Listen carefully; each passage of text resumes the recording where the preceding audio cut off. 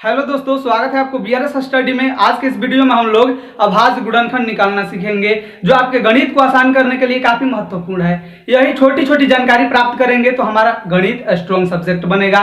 तो चलिए स्टार्ट करते हैं। देखिए, अभाज्य गुणनखंड, अभाज्य गुणनखंड। तो अभाज्य गुणनखंड होता क्या है?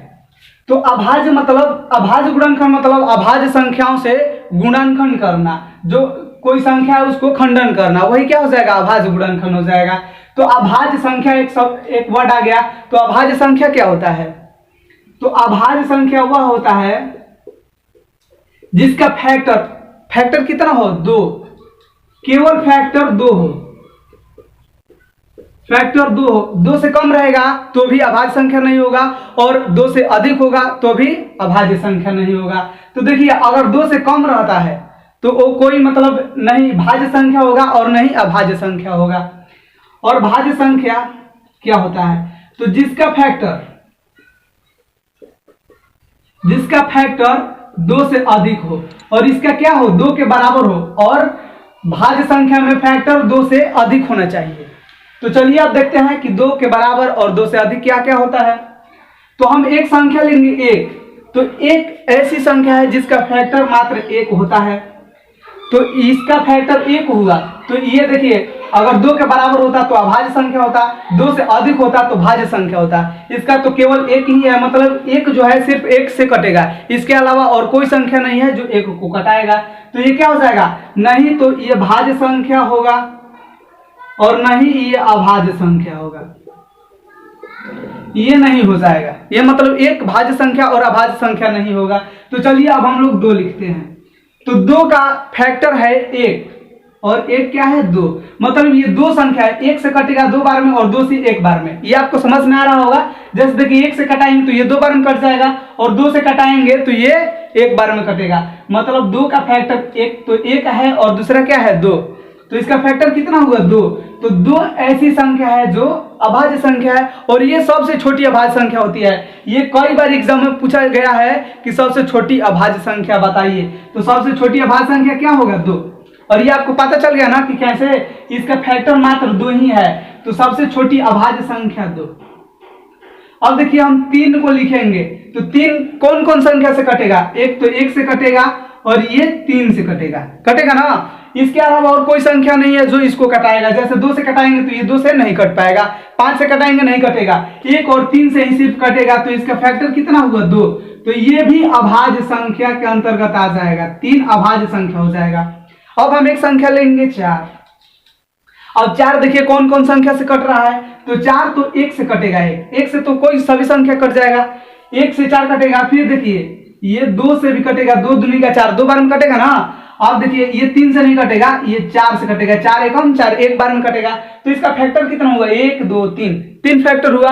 हमें अभाज्य संख्या पहचानना है कि ये कौन है अभाज्य संख्या। तो अभाज्य संख्या में 2 के बराबर ही फैक्टर होना चाहिए। तो मतलब 2 ही फैक्टर होना चाहिए, केवल 2 फैक्टर। और इसमें देखिए 1 2 3, 3 फैक्टर हो गया। तो 2 से अधिक फैक्टर होगा तो भाज्य संख्या हो जाएगा। तो 4 जो संख्या है ये भाज्य संख्या, और 4 सबसे छोटी भाज्य संख्या है। ये भी एग्जामों में कई बार पूछा गया है। तो ये सब छोटी छोटी जानकारी है जो आपके गणित को स्ट्रॉन्ग बनाती है, और कोई एग्जाम में मान लीजिए आप बैठते हैं तो उसमें अच्छा मार्क्स हासिल करने के लिए महत्वपूर्ण होता है। तो ये सब आपको जानना जरूरी है। तो ये आपको पता चल गया कि कौन भाज्य संख्या और कौन अभाज्य संख्या है। एक और हम ले लेते हैं संख्या, जैसे देखिए 8 लेते हैं। तो 8 1 से कट जाएगा, ये 2 से कटेगा, 2 चौका 8, 3 से नहीं कटेगा, 4 से कटेगा, 4 दूना 8 कटेगा ना। फिर 5 से नहीं कटेगा, 6 से भी नहीं कटेगा, 7 से नहीं कटेगा, 8 से कटेगा। तो देखिए 1 2 3 4, इसका कितना हुआ? फैक्टर 4। तो ये 2 से अधिक इसका फैक्टर है, तो ये 2 से अधिक है तो ये भाज्य संख्या हो जाएगा। तो 8 भाज्य संख्या है। पता चल गया आपको कि कौन भाज्य संख्या होगा और कौन अभाज्य संख्या है। तो हमें अभाज्य गुणनखंड करना है, तो मतलब जो अभाज्य संख्या होगी उसी से हम लोग फैक्टर करेंगे, गुणनखंड करेंगे। तो चलिए स्टार्ट करते हैं। ये मैं मिटा दे रहा हूं। ये आपको ध्यान में रखना है कि कौन भाज्य संख्या होगा और कौन अभाज्य संख्या होगा। जैसे हम मान लीजिए कि एक संख्या लिखते हैं 17। तो ये आप बताइए कि भाज्य संख्या है कि अभाज्य संख्या है। तो 17 जो है ये तो 1 से कटेगा, एक से कटेगा, और कोई इसको संख्या नहीं कटा सकती है, और एक संख्या कटा सकती है कौन, 17। मतलब ये एक से कटेगा और अपने आप से कटेगा, तो इसका फैक्टर टोटल कितना होगा, 2। तो जब फैक्टर 2 होगा तो ये अभाज्य संख्या होगा, मतलब 17 जो है ये अभाज्य संख्या है क्योंकि इसका फैक्टर 2 है। तो चलिए अब हम लोग अभाज्य गुणनखंड बनाना सीखते हैं। तो सबसे पहले हम लोग एक छोटी संख्या लेंगे 8 लेंगे, और 8 को हम लोग कटाएंगे, इसका अभाज्य गुणनखंड करेंगे तो 2 से कटाएंगे। 2 क्या है, एक अभाज्य संख्या है, तो 2 से कटाएंगे तो ये कितना बार में कटेगा, 2 चौका 8, 4 बार में कटा ना। फिर ये 4 को कटाएंगे तो 2 से कट जाएगा, 2 से कटेगा कितने बार में, 2 दूनी का 4। फिर ये 2 से कटाएंगे कितने बार में कट जाएगा, 1 बार में। तो अब देखिए 8 का अभाज्य गुणनखंड कितना निकल कर आया, 2 गुना 2 गुना 2। तो ऐसे हम लोग अभाज्य गुणनखंड निकालेंगे। और मान लीजिए कोई बड़ी संख्या हो जाती है, जैसे 32 है, तो 32 का अभाज्य गुणनखंड निकालना है, तो देखेंगे कि ये कौन कौन संख्या से कट जाएगा। तो इकाई के अंक में 2 है, तो मतलब ये सम संख्या है, तो ये 2 से कटेगा। तो 2 से कटाएंगे तो 16 बार में कटेगा, 2 से कटाएंगे 8 बार में, 2 से 4 बार में, 2 से 2 बार में, और 2 से 1 बार में कट जाएगा पूरी तरह से। तो देखिए 32 का अभाज्य गुणनखंड कितना आया, 2 गुना 2 गुना 2 गुना, मतलब ये जितना बार आया है। तो 32 का हम लोग लिखेंगे 1 2 3 4 5, 5 बार 2 है, 2 गुना 2 गुना 2 गुना 2 गुना 2, 1 2 3 4 5। तो ये 32 का अभाज्य गुणनखंड निकल गया। अब मान लीजिए कोई हम बड़ी संख्या ले लेते हैं, तो चलिए एक और हम बड़ी संख्या लेकर देखते हैं कि कैसे अभाज्य गुणनखंड निकालना है। जैसे ये 729 है, तो 729 का हमें अभाज्य गुणनखंड निकालना है। तो देखिए सबसे पहले देखेंगे कि ये कौन संख्या से कटेगा।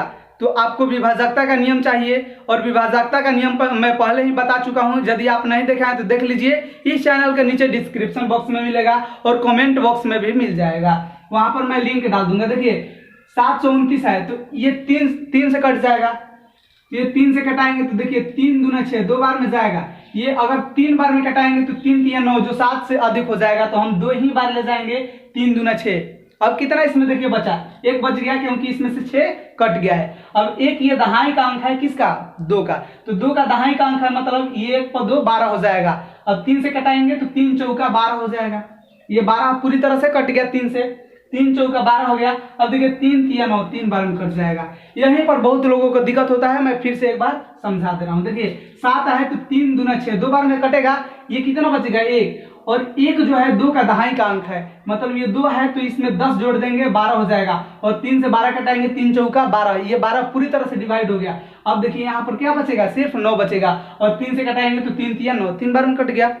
अब फिर ये 3 से फिर कटेगा। आपको विभाजकता का नियम जरूरी है देखना वीडियो, क्योंकि ये आपको समझ में आने लगेगा कि ये कौन संख्या से कटेगा और कौन से नहीं कटेगा। तो देखिए 243 है, तो ये 3 से कटेगा, तो 3 से हम 2 कटा पाएंगे नहीं, क्योंकि ये तो 2 3 से छोटा है, तो हम 2 अंक को कटाएंगे, तो ये 24 को कटाएंगे, 3 8 है 24, 8 बार में कट जाएगा पूरी तरह से, और इसमें कुछ कैरी नहीं बचेगा, हासिल नहीं बचेगा। तो ये क्या करेंगे, अब ये 3 8 24, 8 बार में कट गया, तो अब 3 को कटाएंगे, तो 3 1 आई 3, 1 बार में कट जाएगा, 81 हो गया। फिर 3 से कट जाएगा, 3 दूना 6, 3 दूना 6 हो गया, 2 बचेगा, 3 दूना 6, 6 खत्म हो गया, अब 2 बचेगा, 2, ये 1 का दहाई का अंक है, 1 का दहाई का अंक है, मतलब 21 हो जाएगा। और 3 से कटाएंगे, 3 7 21, 7 बार में कटेगा। फिर ये अब 3 से कटाइए, 3 9 27, 3 से कटाइए, 3 3 9, 3 से कटाइए 1 बार में। तो देखिए 729 का जो अभाज्य गुणनखंड आया है, लिखेंगे 1 2 3 4 5 6, 6 बार 3 है, 1 2 3 4, मैं नीचे लिख दे रहा हूं 5 और 6, यहाँ पर गुणा ही है, 1 2 3 4 5 6, इसको गुणा करेंगे तो 729 हो जाएगा। तो अभाज्य गुणनखंड आप निकालना सीख चुके हैं, कैसी भी संख्या रहेगा तो आप लोगों को अभाज्य गुणनखंड निकालना है, मतलब अभाज्य संख्या से गुणनखंड करना है। तो चलिए मिलते हैं अगले वीडियो में।